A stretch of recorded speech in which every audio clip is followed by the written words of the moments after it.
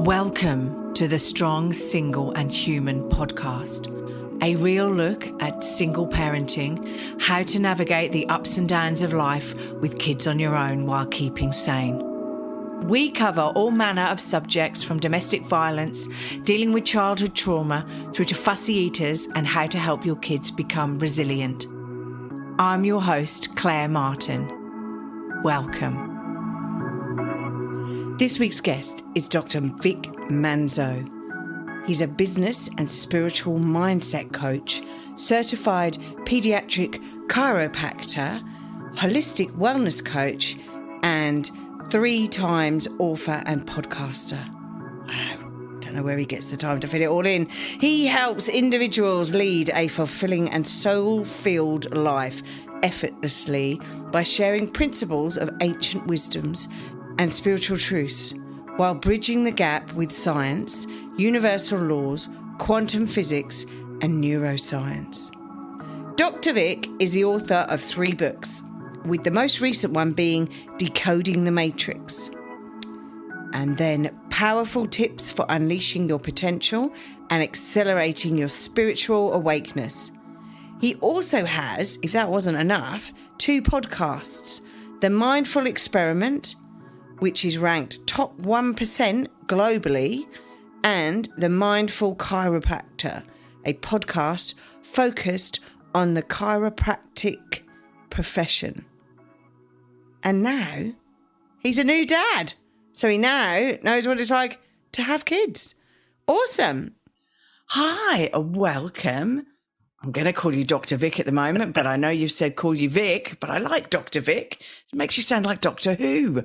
But Dr. Vic, hi, welcome to the podcast. Thanks for having me. I'm excited to be here. No, yeah, this is going to be great. I can't wait. So look, I've given a brief synopsis about you, but look, tell my listeners a little bit more about who you are and what you do. I've been a chiropractor for 12 years. I'm not practicing at the moment. It's been a little over a year since I practiced. And about 4 years ago, I started doing, like, as a side hustle, some coaching through my own experiences, through my own chiropractic business. I did everything that the business gurus and self-help personal development told me what to do, and followed all the recommendations. I hit my financial peak in 5 years. That was great. But I was burned out, unfulfilled, unsatisfied, and I was burned out every 4 to 6 months. I even looked at, like, walking away from the profession, because I was like, if this is how the business is supposed to be, I don't want to do this. And I love what I do being a chiropractor. Still to this day, even though I don't practice, I'm still referring people to a ton of chiropractors. But when I went through the process, I changed everything. I did everything the opposite of what they told me. Instead of working and grinding 90, 100% of the time, in that rat race, doing all those things, I said, forget it. I'm going to only do that like 10% of the time. My background, while I was in chiropractic school, I went outside of school to study energy healing because I wanted to learn the depth of healing at all that I can. So I became a Reiki master and trainer. I studied about 10 to 12 different energy techniques. What I didn't realize I was going to learn is things on universal laws, consciousness, quantum physics, quantum mechanics, those kind of things. And that was kind of fascinating. But I didn't apply that into my life till after that 5-year mark. Because then from there, I was like, this is backwards. I know that we live in a world of energy and everything is energy. Quantum physics has proven this. So it's not spiritual stuff anymore. This is scientific now.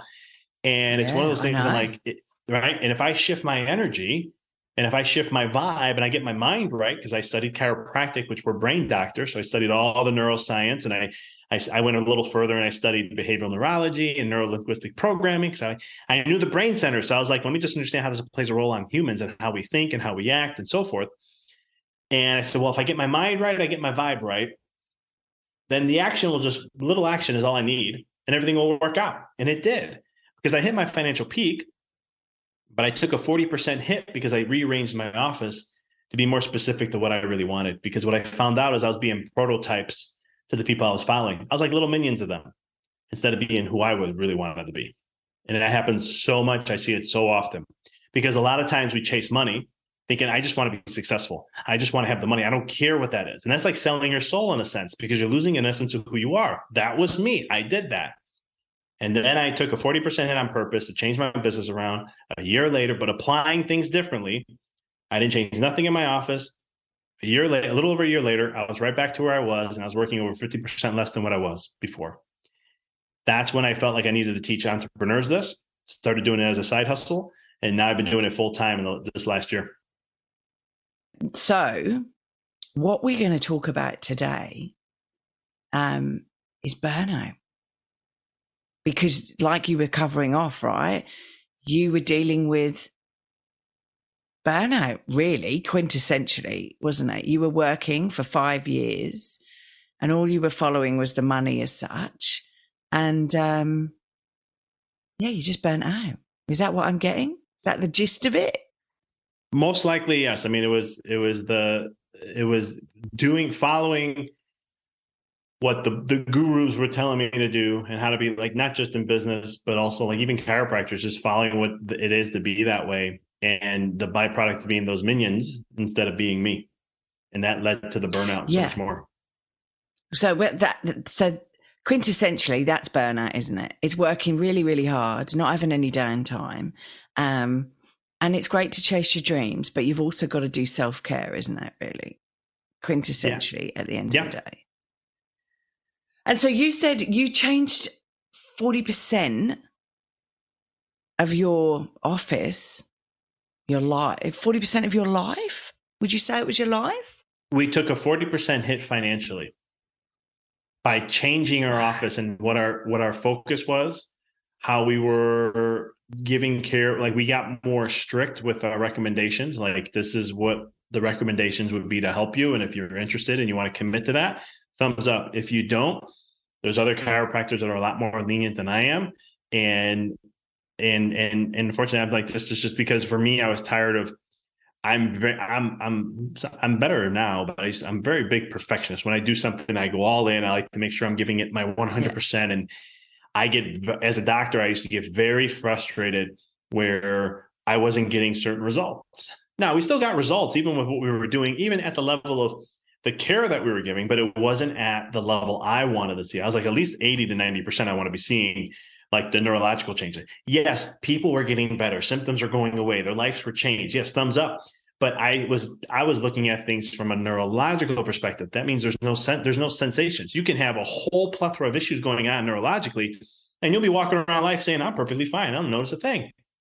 And I wanted to see that clear up. That was really crystal clear, because if they don't follow a certain precise protocol, then we don't, it's like clearing an infection. Let's use like an infection as an example. If you don't fully clear out an infection, you give it all the opportunity to come back and come back strong.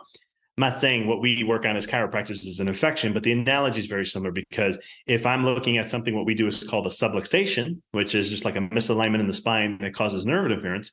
If you don't clear out the patterning of that, then it's just going to continue to come back. It's an old habit that you haven't fully cleared out. So the habit just comes right back.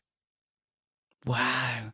Well, yeah. And this is the thing. And to a certain extent, it's a little bit like burnout as such. If you're going to continue to go round and round in circle, I mean, I think the definition of crazy is to do the same thing and think you're going to get a different result, right?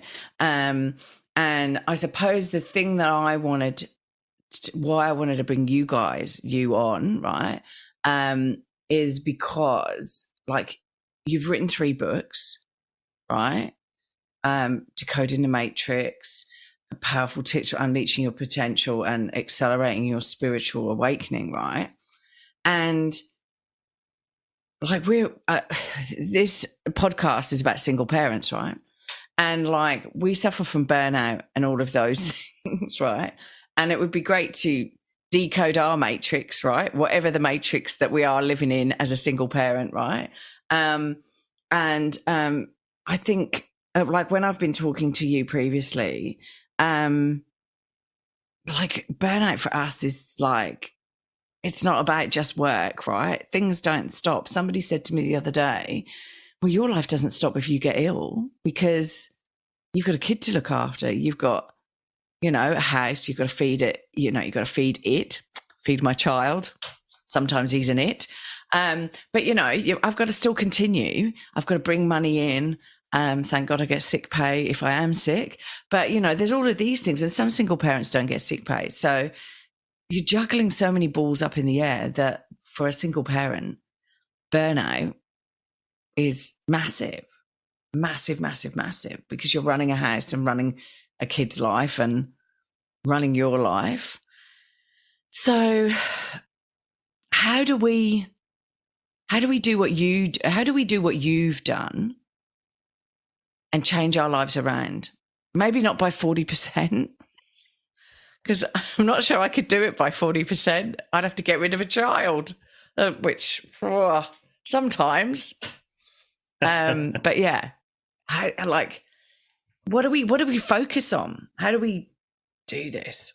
In that context, it's one of the things that your role in your job is to organize chaos, right? And that things are always going to come up. There's working with so many moms, and I say moms because 99% of the time I was working with mothers. It's one of those things where, and some were, most of the time they're married, but sometimes they weren't. They're single moms. And I always used to tell them, like, you have a lot of balls in there you have to juggle, and there's only so much you can handle. Right. Every juggler can, if you think about it, there's only so much balls that we can juggle. And once you throw an extra one in, everything collapses. I used to use that for neurology purposes, but it works here too. So it's knowing that it is first losing the expectations to have control, or how we're going to control things. Because we always humans like to have control. We always love control, don't we? We do. And it's one of those things where that stresses us out even more. Instead, it's like, okay, what is the envision, or what's the bare minimum, or what's the, getting that. I always when I work with clients and they're burned out, I say, let's get back to vision. Let's get back to an alignment of the vision of what it is that your business you want to create. The same thing is here. What's the vision that you want to have? What's good today going to be considered a good day? Right. One of the things I used to tell moms, because there's a super mom syndrome, right? I got to do everything. And they're doing everything all the time for the kids. They're doing for the family. They're doing all this stuff. But then what do they do for them? Nothing. Right? I know. No self-care. You're right. I don't take care for myself. And this is what I would say. And I am not, please, parents, do not take this as judgments. It is not judgments. But I would say this from a psychological conditioning pattern. Remember, kids learn by what you do, not what you say. So here's mom. And again, I'm saying mom because that's most of the time what I worked with. I said, if you're not taking care of yourself, not only is that not good for you, that it lowers your vibe, and you're not showing up the best version you can for your kids and your family, even though you're forcing it. You're forcing right now, but that's gonna come and get you later. But you're also teaching them that self-care is not important for themselves, because that's what they see. And I said, make it a priority to take care of yourself in some way, shape, or form. Well, I don't have the time. I can't get up earlier, or get up, go to bed. When they go to bed, take 5 minutes and do some breath work. Take 10 minutes to do this. Take some time to decompress. Well, I got to get the dishes done. Listen, sometimes it's better just to take care of yourself than it is to do those things. You'll have the time. You'll figure it out. Especially, it depends on what age the kids are too. Because obviously, if they're older, you can show them to help you, and you say, "Hey, can you help mommy here?" and blah blah blah. But if they're younger and they're more in that time demanding stages, it's one of those things where then you figure out whatever can work and know where your limitations are. You can't do everything. And the bigger thing I would say is ask for help, right? If you have family nearby, one of the things I used to tell moms when they were pregnant and when people were coming over and all this stuff. And I said, when the baby's going to come, they're getting ready for that. I said, you do not need to worry about who to entertain. How about this? Take a box and put all the chores and things that you need done. And people are like, oh my God, I'm going to be having people do chores. I'm like, you'll thank me later for this, because that's the real help you need. Oh my God. Right? Maybe can they just wash the dishes, or can they can you throw a load of laundry in for me, or can you, whatever that is, or can you make a meal for me or bring it over? I said, just have them pick something out of the box and just have them do it. And some people were like, I don't want to do that. But some other people who did take action on that this is not my idea. I learned it from somebody, but it was one of those things where it's like, the moms who did do that, they were like, this is genius. Now, when people want to help me, I don't need them to do or just come over and come to really help me to take the load off my mind. And then they realized they were less stressed and so much more. So it's nothing wrong with asking for help if you need it. I mean, that's what friends or family are there for, is to support us through the times that we have to. So it's just one of those things where I think that getting back to the self-care part is that's crucial. And there's so many ways you can do it. But the thing is, and if you can involve the kids in it, it's even better, in my opinion. So like one of the times I used to give tips, and the kids are a little older. So if your kids are like 7, 8, 9, 10, 11, 12, I used to always tell parents, I'm like, meal prep. Because like, I got to make a meal. Sometimes I don't have time. I'm like, meal prep. It will save you. Oh, that's so much time to do. I'm like, no, it's not. You spend 2 hours cooking, whipping things up. You have food for almost a whole week. So I'm like, I cook every single day. I cook twice a day at least. So I'm like, I know the time it takes for me to cook twice a day. And I know how much time I save when I spend 2-3 hours cooking all at once. I literally am saving hours for the week. And so, but I said, here's the thing. Again, remember, kids learn by what we do, not by what we say. Teach them and have them work with you on it. Have them choose the meals. Yeah. Right? Hey, what do you want to have this? What do you guys want to make? We're going to go to the grocery store. What should we have? Let's put it together. What do you guys want to eat this week? Oh, we get to choose? Yeah, come on. We're going to put it together, because what you're teaching them is they get to choose, but they don't get to sit back and relax. You're going to have them choose, and here's the work we have to do this. You're teaching them that component of it also. And so it becomes a win-win, and it takes stress off mom. It takes stress off the parents a little bit. So then it becomes a family event to do something like that. And it brings you all together, and you all get to choose. And if you have multiple kids, I used to tell them, have one Monday, Tuesday, Wednesday, have each one pick which day. And it's just, it becomes, and it makes it so much easier. Again, it's all about how can we, figure out tasks that we can do that can shorten up time, so free up more time for ourselves. Watch your children. What if you get your children to pick food? My son picked pumpkin soup because he thought it would be easy to make, made it, and then decided he didn't like it, right? So get them to pick something they've already eaten. But that was fine. We just had to power through eating pumpkin soup, and I'm sure as he's older now that he'll be fine. But I should have known that he was like, it'll be easy. I just bung it all in a pot. It'll be all right. He was one for taking the easy road, and then he had to eat it. So he didn't realise about that. But but I agree with you. I mean, I get him to chop up vegetables for me, and bits and pieces like that. I mean, admittedly, he's 7, so don't get your 3-year-old to do it. Well, get your 3-year-old to do it, but the thing is, they're going to need more supervision, and you don't want to give them big, massive, sharp knives and stuff like that potentially. But yeah, so I agree. Try it. And my son now puts the dishwasher on, so I just tell him dishwasher's full, and he puts it on. I haven't trained him to empty it yet, and I'm also training him to put dishes in the dishwasher now, which isn't going so well either, because he puts them on top of the kitchen work surface, on top of the dishwasher. And I hate to say it, I don't want to stereotypical anyone, but it's a very man thing to do, I must admit. So, but my wife hates how I fill up the dishwasher. So don't go there. My mum hates how I pack bags when we go shopping. So the food funny. Comes through and you pack it and you go, I don't want it packed that way, and you go, do you know what? Just do it yourself. But No, I agree. It is about, and it's also about it. Meal prep is like a winner, even if it's that you don't want to cook a massive, great big batch of something on a Sunday. Because we do stir fries and we do whatever here. I'm 95. I'm whole food, so I like to call it whole food, not vegan, because I do eat meat, but most of the time it's a vegan sort of diet for me. And so I chop all my vegetables up. So I then don't have to stand there. I can just grab a handful of veggies, handful of lettuce, whatever. There's certain ones I don't chop up. But yeah, peppers, capsicums. I don't know what you guys call them. What do you call peppers in the UK and in America? We call them capsicums. Peppers, yeah, we call them peppers. Is it because we call them peppers? But it's funny because capsicums, isn't that that's the chemical in there? That's it's high in vitamin. It's a high vitamin C kind of thing in there. Yeah, but these are like the big bell peppers, right? We call them bell peppers. Yeah, right. So they call them capsicums over here, and then we've got zucchini, and I call it courgette, and aubergine, and they call it eggplant here. Oh, it's very. I just call it whatever I can spell, basically. Aubergine, that's a bit more, I've got to use a bit more thinking power, right? This is another tip, right? Eggplant, easier to spell. So I spell eggplant. There we go. Okay. That's funny. Makes it anyway, easy. Well, yeah, it's fantastic living in 2 countries.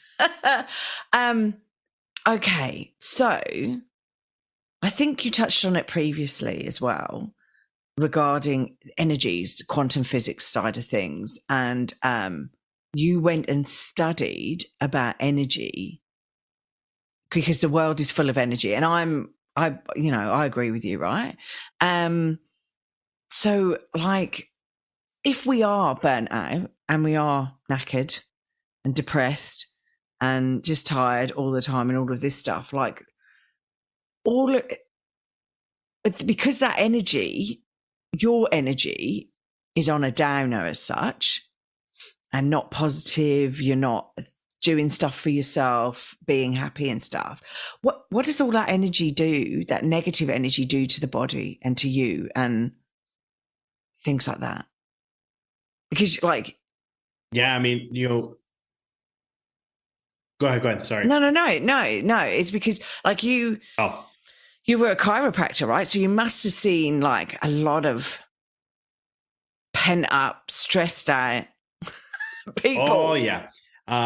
It fascinated me on that. It's because it's one of the things like when you have negative energy, negative thoughts or repressed energy or emotional stuff that gets stored in the body, and that tightens things up. Right. So, and again, it affects the nervous system first, because anytime we have something that's stressful, it's the nervous system's getting wired to be used to that because it has to adapt to your environment. So when we look at health, the easiest way to understand health is your health, where you are, is how well you are, is a representation of your environment.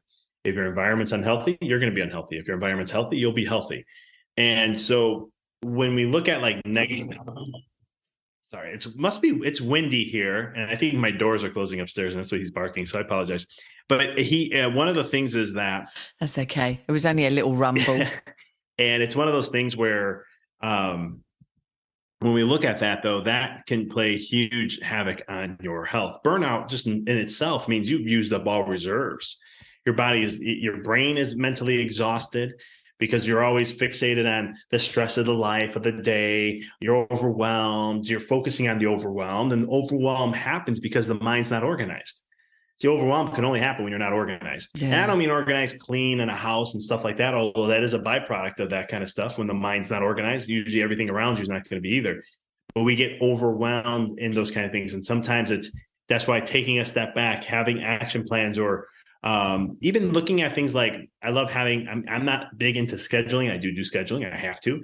But like my wife and I, we share a schedule. We have it like that. So I don't have to tell her what's going on in my life. She has it. And then we have certain color codes for certain, like if we have an appointment for the baby or we're going to be doing something there, we have that in the color code. So I know what it is, and it makes life a little easier. And that's just one of those things. But the overwhelm part of always thinking like, if you think I never have enough time in a day, I never have time in a day, you're literally telling the world, the universe, hey, show me how I don't have enough time in a day.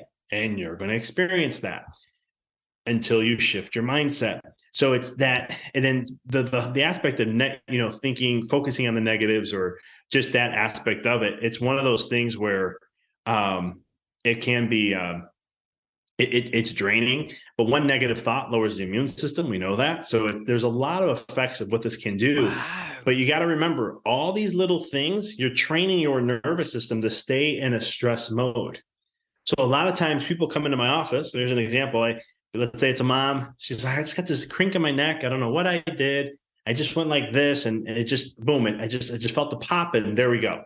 So I thought of coming here. I'd be like, okay, my mind as the doctor, it's not the neck. Because what I asked them is to say, how many times have you done that motion? Oh, 1,000 times. So then why now? Then not the other 1,000. Well, I think it just happened. Well, things just don't happen. The body doesn't do things out of just because. And so then we go we do these nerve scans and all this other stuff, and we look, and I'm like, yeah, you're very stuck in stress. Like there's a lot of hardwired stress here. This doesn't happen overnight. This is years of stuff. And so then it's the education process of what happened, how we unprogram it. And how do we do all those other things to help them break that down, build up the reserve so they can handle more of the stressors of their environment, handle more of the stressors of life. When you have more reserves, you can show up better and be more patient with your children. You can be more patient and better with your spouse, or be more with friends or family or whatever that is, because you have those reserves. And that's the whole purpose of, I said a little earlier too, about self-care, because everything in life is neurology. So I used to tell patients, and not just moms, patients in general, like if they were stuck in stress, I look at them and say, if you're trying to be having a positive mindset right now, you're going to have to work really hard at that. And they're like, what do you mean? I said, because you're stuck in stress, the impulsivity, the reactiveness of life, you're going to react to things. Do you notice you're probably a little more irritable? And they're like, how do you know these things? I'm like, I don't know anything. I'm like, I'm just reading these charts, and I could tell you where you are and what's the things that are going on with that.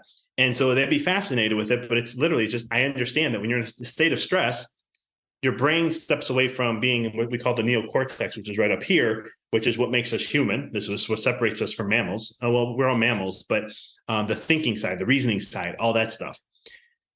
And it pulls you back into the reptilian brain, which is like a snake, which is reactive and repulsive and impulsive. And we get irritable and we're short fused. And it's just not the best version of ourselves. And so the key thing then is, when you fill up your cup, you keeping the chances of staying in that higher part of your brain, which is more calm, relaxed, impulse control. Let's say your kiddo does something and you're like, let me just take a breath here. Hold on. Let me just breathe. And you can reset yourself and then go ahead and address it. Where when you're in the reptilian brain, let's say the kiddo does something and you're just like, and you just get mad and upset and you start yelling or whatever that is you're going to do. And it's one of those things where and then again, you're reinforcing these patterns, right? So if you're stressed and you're being impulsive, you're just reinforcing the impulsivity, because you've ever noticed when you're irritated about something, you get irritated a lot easier over time. And so it's just, again, everything's neurology at the end of the day, and changing that, filling up your cup, as the cliche is, fill up your cup so you can give to others, that's a very important factor to focus on. Yes, no, yeah, definitely, because all of this energy, everything that's happening, and I wanted to get you to delve a little bit more into the energy side of things, because I know you did Reiki and stuff like that, right? So yeah, look, it does all affect, but it's the energy and what you're actually, your internal conversations that you're having with yourself, etc. Yeah, like, give an example. I'm me myself, I was having a particularly difficult time interpreting through my day job what somebody was meaning through emails or through text messages, etc. So it was causing anxiety within me and causing me stress. So I went, well, why am I continuing to write with this person? Let's just phone them and have a conversation, because maybe what I'm reading is because my energy within me is interpreting what they're writing a different way to how they're actually writing it. It's just, I just sometimes how you read an email or something, you just go, well, that was a bit short, but it wasn't intended that way and it wasn't written that way, and that's why email and text messages can be quite bad. But yeah, but I'm interested about the energy side of things, right? Because I have to agree with you. I'm very much one of thinking around the quantum physics side of things, right? So everything is matter and energy, right? We're all just vibrating things, vibrations, for want of a better word, in the like everything has a vibration, and in changing that vibration, I'm not sure whether we can change it. You'll be able to tell me, like, in changing that vibration, right, then we can actually change our lives to a certain extent. Am I right? 100%. Yeah, and we can change our energy. We can shift our, like Tony Robbins calls this the state peak, your state peak, your peak state. And it's all about like where your state of mind is, and that's like sets the tone, right? And that's true to a certain portion of everything. But your energy, like if I have you think about something that you love, that you enjoy, maybe your kiddo, maybe a partner, maybe a family member, whatever that is, and the person that you really love and appreciate, there's going to be a feeling inside of you that happens. You're going to start to feel lighter. You're going to maybe feel a little warmness on your chest or something. It's going to, that feeling, there's a sensation shows up for everybody a little different. But if I have you think of somebody who's you can't stand, a pet peeve, or someone who frustrates you, or you're very annoyed, or you hate the person, there's a different energy that's going to show up in your body. You're going to feel a little different. That's raising your energy. You're shifting it. Those are two different outcomes to that. So we can shift that around and so much more. But yeah, our energy and the aspect of our own, I'm losing my train of thought here, but I'm trying to remember, what was the question again? I apologize. Oh, no. It's just about how energy affects us, and how we can actually develop our energy. So you're talking about like the email, right? And the whole thing like that. Yeah. And that email, right? If we're like been in a bad place, our headspace has been very negative, and maybe we're gossiping a little bit more, we're judging a little more, we're XYZ, getting a little more irritated and frustrated. We're doing those kind of things. And then someone writes an email that's short, right? Or text message that's short. Text messages and emails are like the worst way, in my opinion, to communicate, because there's no tone. You don't know. You're reading it you're reading it in your tone, aren't you? So where you sit as a person, right? That's not the same as the person who's written it, right? So in a way, like I go, it's my issue that I've interpreted the email as a short email, and it was a short email, right? But it was my issue because, right, that wasn't how the person was saying it in their head when they wrote it, right? So it's really around, and I changed my state, energy, or whatever to go, oh, hang on a minute. That's my issue to deal with, how I'm interpreting this. They may not have written it like that. So let's phone them up, have a discussion, and we'll find out, because I can't read into where they're at and what's affecting their life. And my view has changed, probably through having kids, because I do sit there and go, I try and think about what's going on in the other person's life, because I've had such a roller coaster in the last 4 years that I go, yeah, do you know what? I probably was shitty to some people over the last 4 years, because I had a lot of stuff going on in my life. But I would try and understand that if other people are not maybe optimal to me, is one of the ways I would describe it, optimal person, then maybe there's stuff going on in their life. We all have our demons we fight, right?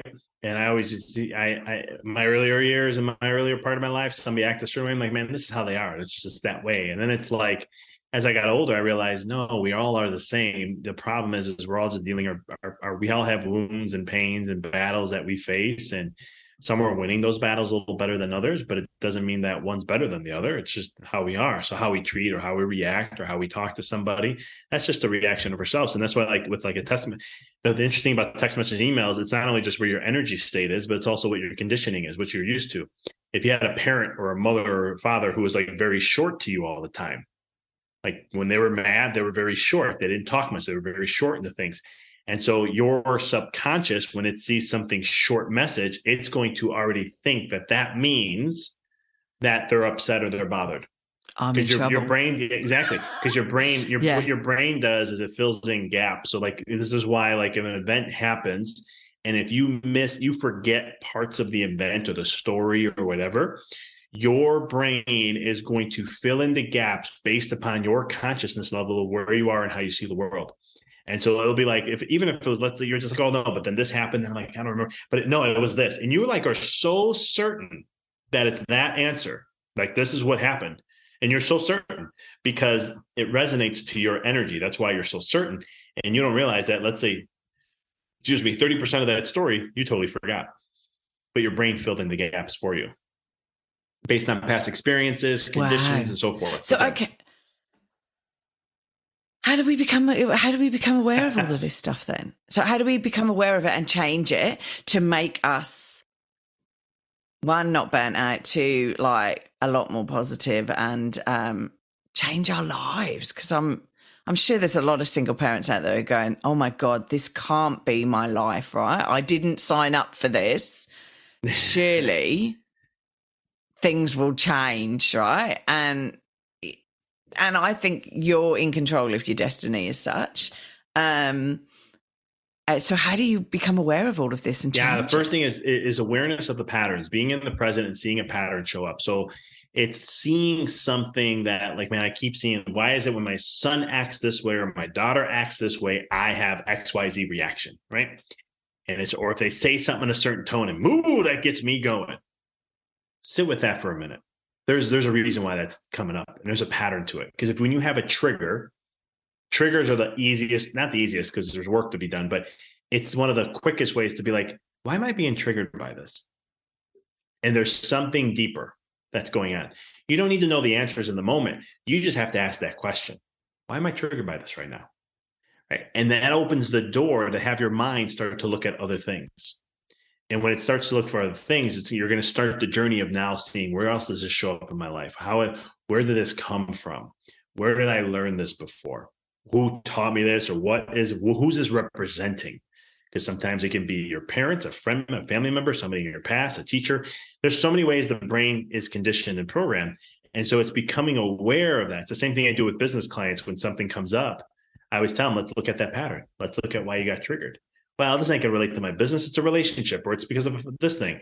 I'd be like, maybe that's your business problems or your personal problems. So once you grasp and understand that truth, then we can start doing the work.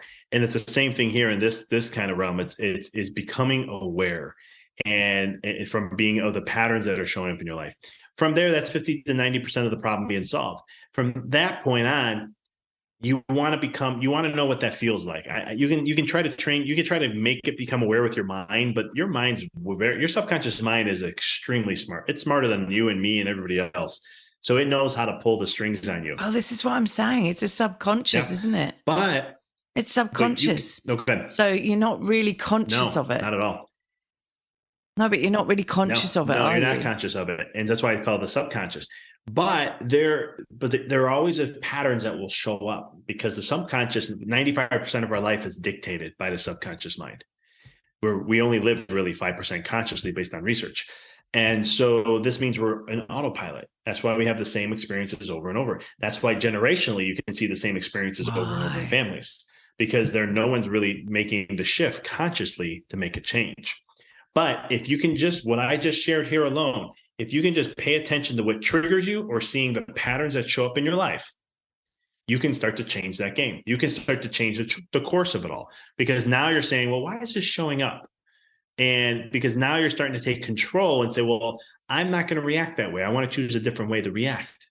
And what you don't realize, maybe your mother and father reacted that way. Maybe your grandparents also reacted that way. Maybe even your great-great-grandparents reacted that way. And you're like, I don't want to react that way anymore. And there's nothing wrong with how they reacted. It's just a conscious evolutionary process of us getting better at what we do as humans in a family unit and so forth. So we can start to choose different outcomes. And when we start to do that with our kids, game changer, because then we put an end to it there. So then our kids don't carry that on. But it's those processes of seeing what shows up and then pay attention to how that feels. See, I don't like working with the mind, even though I specialize in it and so forth. It's the feelings. And as a woman, most women are more in tune to that. You know what that feeling is. Once you figure out the pattern, say, I know that pattern. Let me take a snapshot of how I feel. So then I know the feeling. So then you can play with your mind and say, hey, mind, I know you like to be a part of things. So when I feel this means that. Okay, we good? Good. All right, great. And then you can go on with life. Never have to think about it again. Ooh, the feeling comes up. The mind's like, hey, we got that feeling. That feeling, you told me it was this. And you're like, it's here again. All right, let me see why it's here. Let me recorrect that. Let me center that. And then you go ahead and you can change that. You can shift it and say, nope, this is not how I'm going to react. I choose this. And you're just correcting it. And it's a little over time. This takes a process. But eventually you'll retrain the subconscious mind to a new pattern, because what's happening is, I want you to think of it as like the subconscious mind is something that's always running, right? So the patterns in quantum physics, we call it a wave pattern. And what happens is what we're doing is when you become aware and you let the mind become aware of that, we pull out of the subconscious, go to the conscious and say, let's collapse that wave, or otherwise known as a pattern interrupt. And then from that moment, we get to choose what's the experience we want to reprogram it to be. And when you do this long enough and consistently enough, then all of a sudden that gets reprogrammed in your subconscious. And then you don't have to think about it anymore. It'll just start to happen because you won't have the reaction anymore. Yeah. And it is consistency as well, isn't it, though? Because like, you ain't going to change this overnight. This is not something that you're going to sit there. It is going. It's blueprinted, right? It's and look, talk to me. I've got a note here about hereditary trauma, right? Talk to me about hereditary trauma, because is it that your subconscious as such has pulled down from hereditary trauma, you know, and so that and what I mean by hereditary trauma is that things that have affected your family in the past are then indelled into your family line as such, and so that reaction goes down to the next generation, and stuff like that. So talk to me about the effects of hereditary trauma. Yeah, I used to tell on one, the body, us, and how do we stop it? One of the things I used to share a lot to moms is about, because let's say I've been adjusting mom even before pregnancy, just the whole family during the pregnancy, baby comes out and we do the nerve scans and baby's stuck in stress. And they're like, how is this happening? They've been you've been adjusting me, this and that's going on, but yet the baby's coming out and they're stuck in a stress. They're stuck in stress. We can see it in the scans. And, take some time, we can get it unprogrammed. And I tell them, you got to have to understand when sperm and egg came together, genetically, one of the survival mechanisms of life is amazing in so many ways. What it does is it passes down all your experiences. Both experiences get dumped into baby, even though they may not be aware of this. Your experiences are passed down for survival, to know how life is. Men's sperm, we know this now, that men's sperm, if they haven't released, well, let's say they have, and then the next new sperm that's being created is the best genetic makeup to have for survivability of where you're at right now. How cool is that? So we know that this is being passed down. So we know this happens. And in females too, they choose the best egg that's going to be released, that's going to help with survivability as much as possible.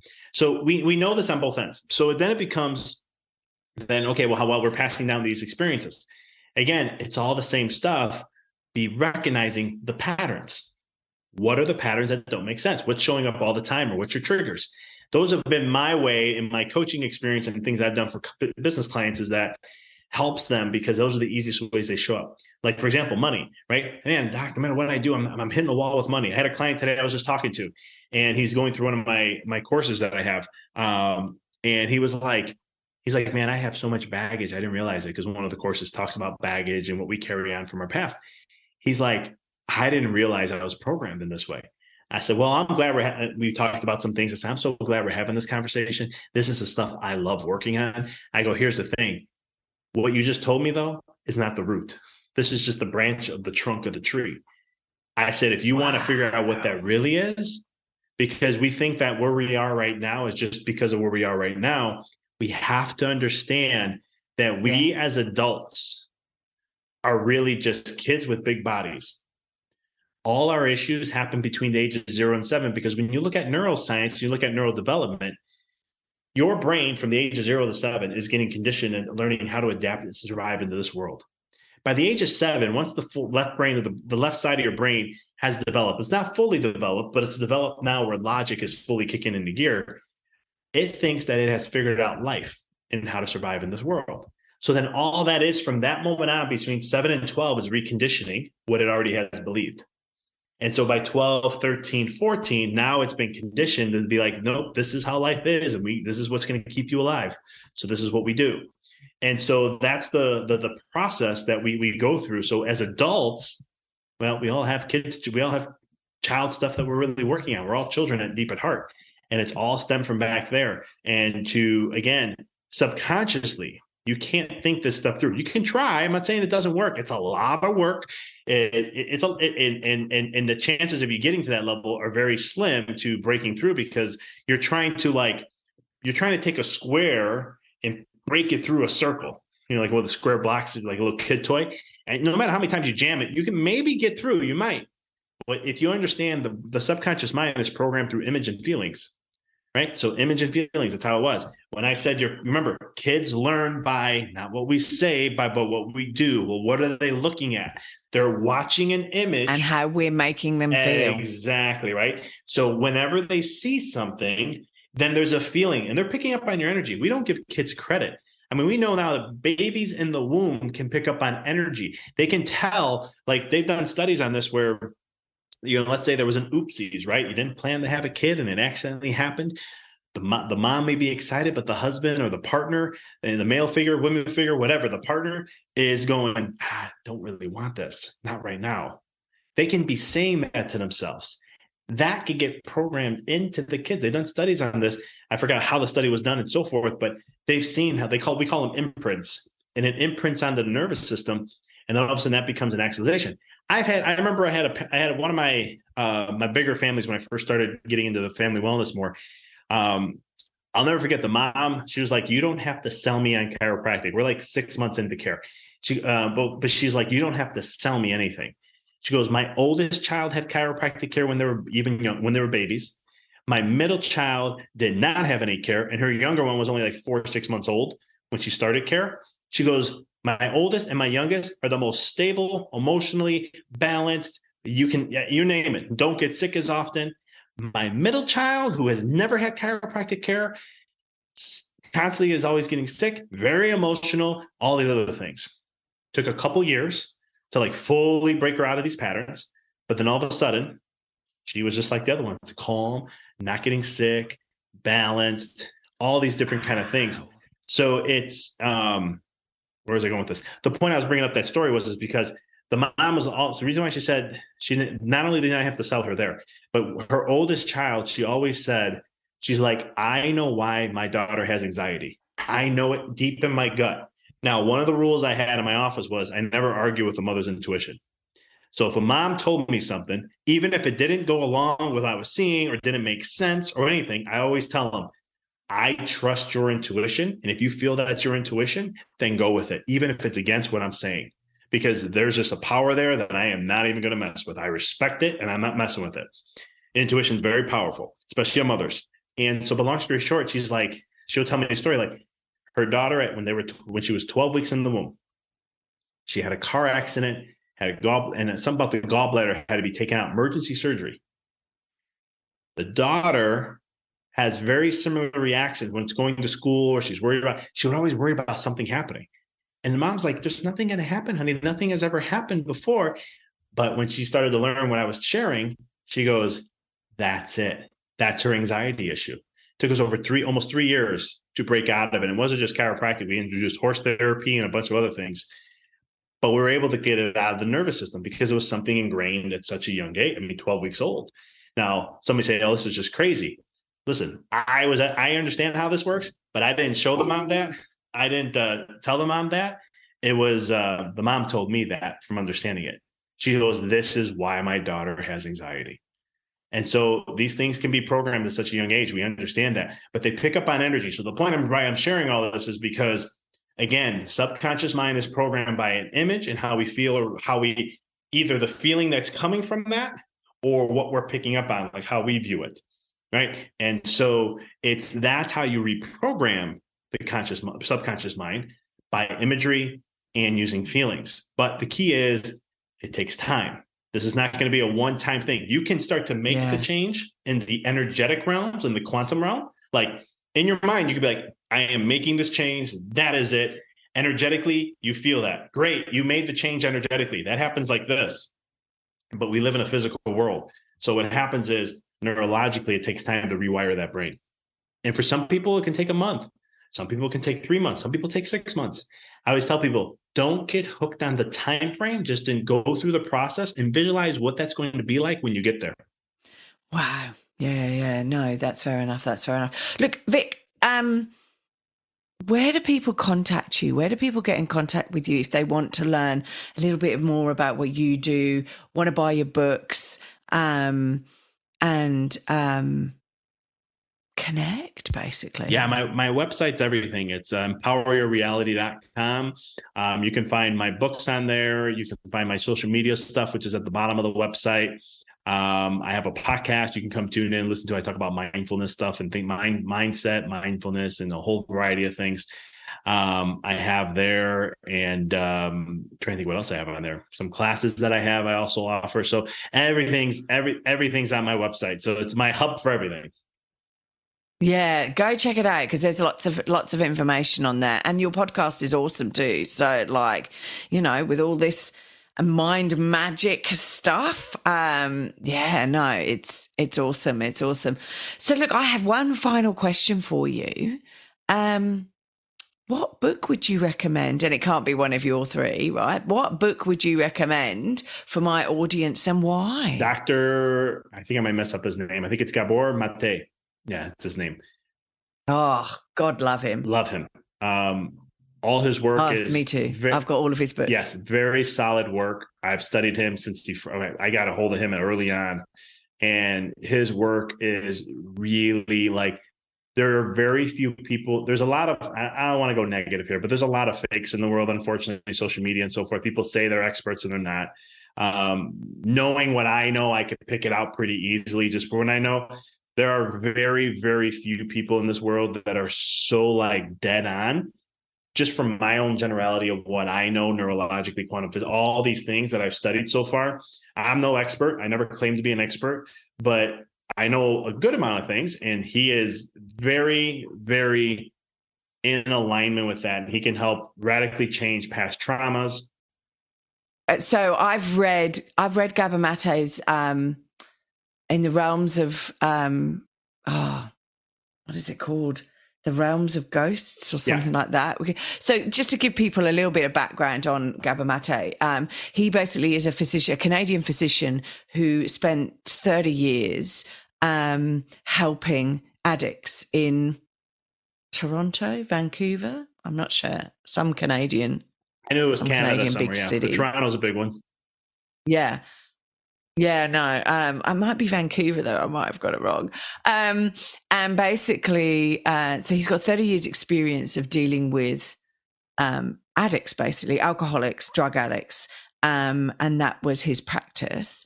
And he was out on the streets, giving these guys the drugs they needed, dealing with their lives, basically. And what he discovered was a lot of the addiction was linked back to childhood trauma and linked back to some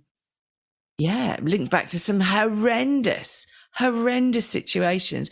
But then also some people who you would think had an awesome childhood and had two parents, no divorce, no violence, no nothing, but that their interpretation of trauma as a child through various different situations affected them mentally, hence the addiction. But then also he's written a book, and I get him confused. I get his book confused with some other books that I've read, but it's I think, is it called The Body Says No? Is that the Gabor Mate book, where basically it's a book that's written on it's written about trauma and how it affects your body and how it, but also how you deal with situations as an adult can lead to the switching on of genes and your DNA to, switch on cancer or switch on MS or switch on various different things that affect us. And it's your body saying, no, you're not doing that anymore.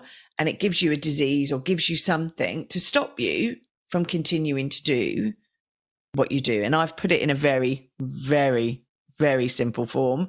I had to stop reading the book because it actually terrified me, because I was reading it going, oh my God, okay, well, that explains a lot then. Oh my God. I was like self-analyzing myself. So I was like, okay, I have to stop this until I'm in a better mind frame. But yeah, is that, have you read those books? What book we haven't even gotten to what book you would actually recommend. You just recommended the whole guy. I recommend the whole guy. I don't even recommend, his book Scattered is phenomenal. I used to recommend it to parents a lot when it comes to ADHD and things like that. I used to Because to me, ADHD is not a condition. I can prove it in many ways, because if it's a true condition, you can never focus. And the kids I worked with, put them on a video game, you'll see how quick they focus and how smart you see this whole other side of them come out. But he has a lot of them. The whole body says no thing. That's all about epigenetics. Stress responses. How does it change things? How the body is going to try to get you to wake up. Right. That's why we have certain health. Some people wake up through, could be bankruptcy or, death of a loved one. And sometimes it's you going through cancer or having a heart attack. It's a way of the body trying to say, this is not that we need you to wake up and be aware of what you're doing. But the new one that he came out with is The Myth of Normal. I mean, it's again another phenomenal book. But all of his books are. Hold On to Your Kids is another great book. I've read a lot of his. I'm looking at his books. I'm like, which ones have I read? But there's a good amount of these up here that The Realm of Hungry Ghosts. And he's on YouTube as well. He's been interviewed. I would love to get him on here, but then I'm not sure I really would want to talk to him about the trauma of single parenthood. But because he does have a very interesting concept. I left my son's dad when my son was 2. And although I've been the constant in his life, you always think as a parent, how am I messing up my kid? Right. And I had to work. So there's those, like I couldn't be a stay-at-home mom. I couldn't be with my child 24/7. I'm sure looking back, he wouldn't have wanted me to be with him 24/7. But there is the trauma of me having to go to work and leaving with a stranger to look after him. So, he has a whole view on that, which is, as a single parent, does make you think, oh, I know, but I had to do it. But hey ho, my kid's okay-ish. But don't beat yourself up too much. It's one of those things where when they get older, though, you seem like the mom who's going to listen and talk, the supportive. There would be that line of communication there, which can minimize that.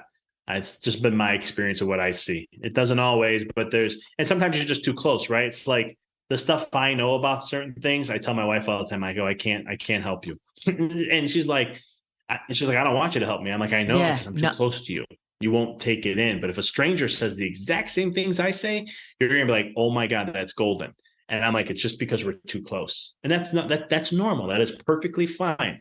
And the same thing sometimes with the kiddos. Sometimes it may not be, but I've come from and maybe because I come from a place that it's more like, as long as the line of communications can stay open and support, and as long as you keep that going, eventually it all works out. It's going to. It may have some bumpy roads like anything else, but it's, I always have parents like, wait until they're teenagers. That'll get interesting. I'm like, I agree and disagree, because I've had some teenagers, like that was the one that if I had a population of kids, like the 0 to 17 is pediatrics.